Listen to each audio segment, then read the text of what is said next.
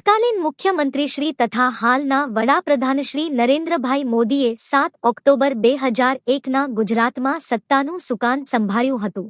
વડાપ્રધાન નરેન્દ્રભાઈ મોદીના અવિરત માર્ગદર્શન હેઠળ ગુજરાતની વણથંભી વિકાસ યાત્રાના 24 વર્ષ પૂર્ણ થયા છે. આ 24 વર્ષ દરમિયાન ગુજરાતે અનેક સિદ્ધિઓ પ્રાપ્ત કરી છે, જેની વિકાસગાથા જનજનમાં ઉજાગર કરવા મુખ્યમંત્રી શ્રી ભૂપેન્દ્ર પટેલના નેતૃત્વ હેઠળ રાજ્યમાં તારીખ 7 થી આગામી તારીખ 15 ઓક્ટોબર 2025 દરમિયાન વિકાસ સપ્તાહ ઉજવણી થઈ રહી છે. વડાપ્રધાનશ્રીના આહવાનને ઝીલીને તથા રાજ્ય સરકારના સહયોગથી કચ્છના ગામડાઓ વિકાસ સાધી ખરા અર્થમાં વિકાસયાત્રામાં સહભાગી બની રહ્યા છે.